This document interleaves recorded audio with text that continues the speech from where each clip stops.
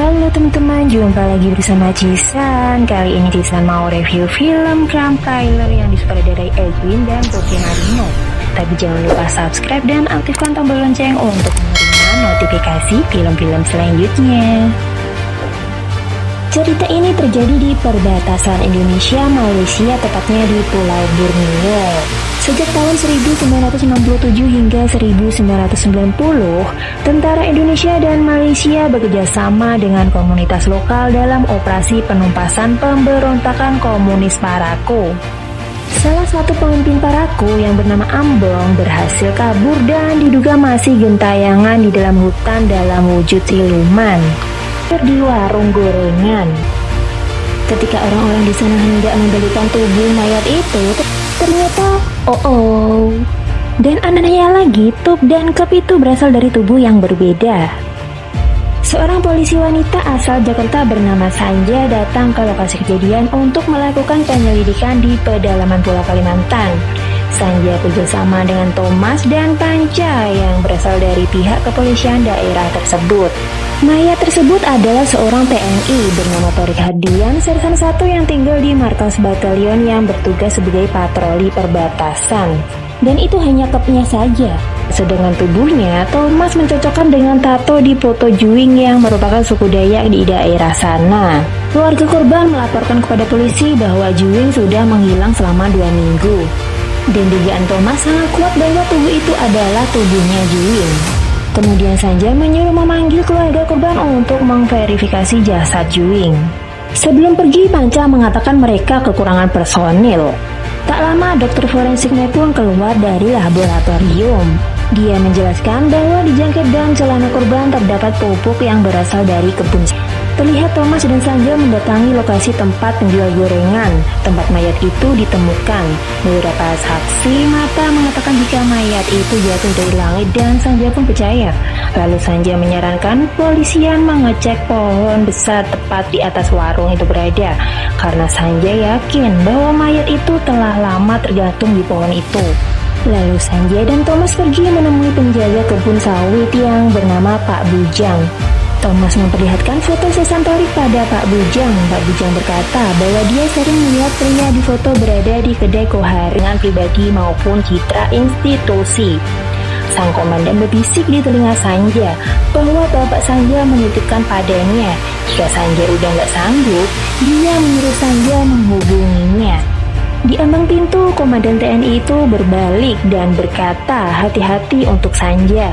Malam harinya, Sanja tidur di rumah dinas polisi. Sebelum tidur, ia menggunakan obat tetes mata lalu membaringkan tubuhnya dan tidur. Di malam yang sama, di tempat lain terlihat seorang pria misterius sedang membakar truk. Pagi harinya terlihat Sanja membeli beberapa pakaian di pasar, sehingga pria itu babak belur. Sanja berusaha untuk mengkonfirmasi statement Silas yang berniat mencuri kayu dari markas batalion. Silas justru menjawab bahwa kayu itu hendak dia rebut kembali dan kematian Juing akan terbalaskan. Dia meyakini kematian Sesan Torik adalah awal mula bagi mereka untuk tidak berdiam diri. Meski Juing dan Panglima Tajau tidak sejalan, namun mereka tetap satu tujuan. Sanja berusaha mencerna apa hubungan antara Juing dan Panglima Tajau. Pak Bujang mengaku mendapat wangsit dari Ambong. Sanja menggunakan kesempatan itu mencari tahu lebih jauh tentang sosok Juing yang sangat dihormati warga. Pak Bujang berkata bahwa Juing memang banyak protes tentang perluasan lahan sawit yang mengurangi wilayah adat serta menghabiskan banyak air. Beberapa orang menuduh Juing sebagai pencerita handal yang mengeksplorasi cerita sedih masyarakat Dayak, apalagi Juing juga mengajukan diri sebagai caleg. Penglihatan Sanja kabur, bahkan pendengarannya pun ikut berkurang. Pak Bujang langsung mengambilkan air daun untuk diteteskan ke mata Sanja. Yang adalah orang biasa, sebagai komunis dan tinggal di tengah hutan. Ambong disamakan seperti kuyang di mana eksistensinya cukup diragukan. Bahkan Thomas menduga Sanja mengira Ambonglah pelakunya. Kontrakannya, Sanja menyetir mobilnya sendiri menuju ke rumah dinas hingga tak sengaja menabrak sesuatu. Sanja keluar dari mobil untuk memeriksa apa yang tertindas barusan. Sosok misterius yang berkedip-kedip dan menghilang begitu saja. Di tempat lain terlihat Sindai masih dalam perjalanan ke tepi sungai dengan arus yang cukup deras. Selang kemudian Umi berteriak dan meminta anak-anak menutup pintu mobil. 3 hari kemudian, terlihat beberapa orang membaca mantra panen madu mengiringi proses pengambilan sarang lebah di bantaran sungai. Saat mereka sedang memanen madu, terlihat sesuatu setelah dibalik. Mendengar hal itu, Sanja dan tim kepolisian bergegas pergi menuju ke lokasi Sanja berkata pernah melihat perempuan itu yang membawa para gadis dari Indonesia untuk dipekerjakan di Malaysia. Di ponsel Umi tampak foto seorang lelaki memiliki tato di lehernya. Tak hanya itu, pria misterius itu persis seperti tubuh yang tak berkep yang ditemukan di Malaysia. Di hutan.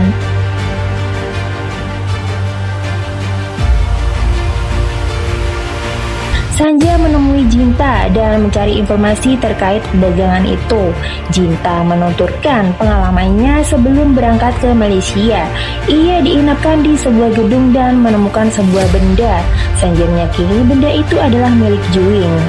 Hari berikutnya Sanja memeriksa ke dalam bangunan pabrik yang terbengkalai itu. Di sana banyak tanaman berduri serta kabut hutan yang cukup tebal. Sanja pun naik ke lantai 2 dan wanita itu dihajar habis-habisan tanpa penghuni. Dia pun masuk untuk memeriksa ke dalam.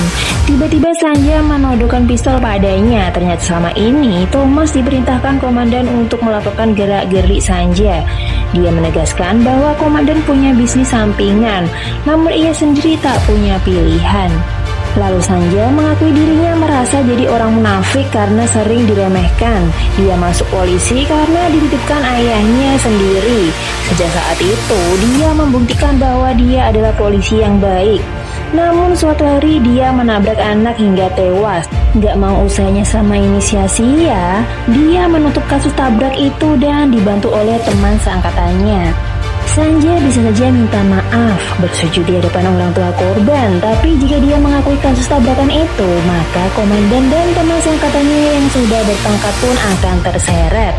Sebelum kembali ke Jakarta, Sanja meminta tolong pada Thomas untuk membalikan hiasan kalung pada Juing. Thomas pun melenggang pergi meninggalkan Sanja yang menangis sendirian. Di malam yang semakin larut, kebakaran hebat melanda rumah Panjang. Sanja turut membantu memadamkan api yang menyambar dengan cepat. Tak disangka Sanja seolah melihat anak kecil yang ditabraknya dulu.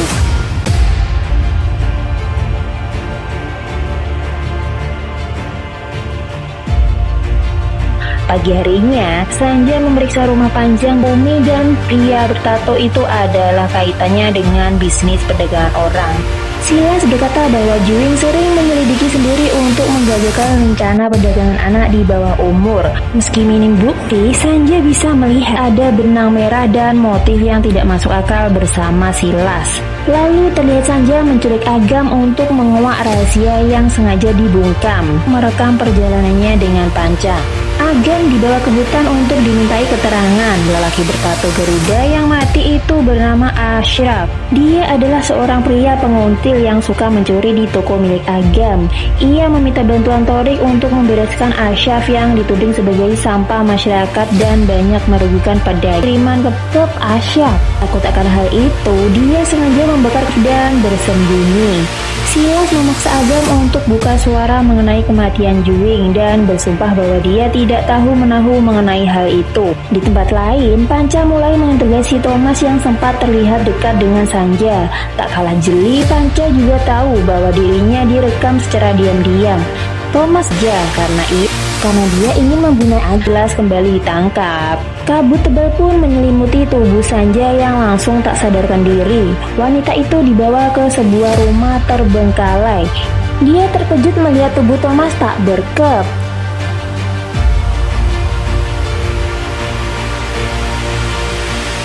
Sedangkan Pak Bujang sibuk merawat Arum yang ditemukan tak sadarkan diri di hutan.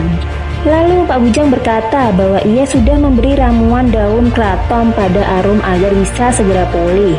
Sanja langsung mengambil kayu dan bertanya, mengapa Pak Bujang tega memenggal kepala Thomas.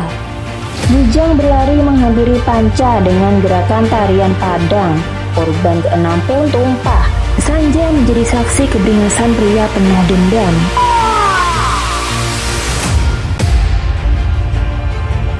Setelah melakukan itu, Bujang bersembunyi di balik kabut hutan. Ia minta maaf karena nggak bisa memenggal kepala Sanja seperti para korban lainnya. Lalu terlihat Sanja menembakkan pistol ke sebelah. Sementara korban ke-7 adalah Thomas, dan kepnya masih ada di atas meja bersama kepnya Juing. Arum menggunakan bahasa isyarat memohon agar tidak ditinggal sendirian. Sanja menangis memeluk tubuh kecil Arum yang sangat lemah. Tak hanya itu, Agam yang mendekam sebagai tersangka yang bundir di dalam sel penjara. Karena Agam gak bisa menghindar atas tumpukan bukti kejahatannya yang semua mengarah padanya, Sanja bersama warga memakamkan jasad Thomas secara layak di dalam peti dan demikian rupa. Sanja menangis saat teringat suara Thomas melawan Panca. Terlihat di dalam mobil siang itu sang komandan batalion sengaja menyebut Sanja untuk mengantarnya pulang. Dia berkata telah mendapat mandat dari ayah Sanja untuk memastikan putrinya pulang dengan selamat. Lalu dia menyindir tingkah suci Sanja dengan kejahatan di masa lalu yang disembunyikannya. Lalu Sanja melawan dan memilih untuk pulang sendiri. Komandan memberikan pidato kebangkitan nasional demi menyemarakkan kemerdekaan Republik Indonesia, memajukan ekonomi dan kesejahteraan masyarakat. Terlihat potongan kep Bujang tampak berkayu di dahan pohon sebagai hiasan hari perayaan kemerdekaan. Pria itu menjadi korban ke-8 sekaligus yang terakhir. Dan film pun berakhir.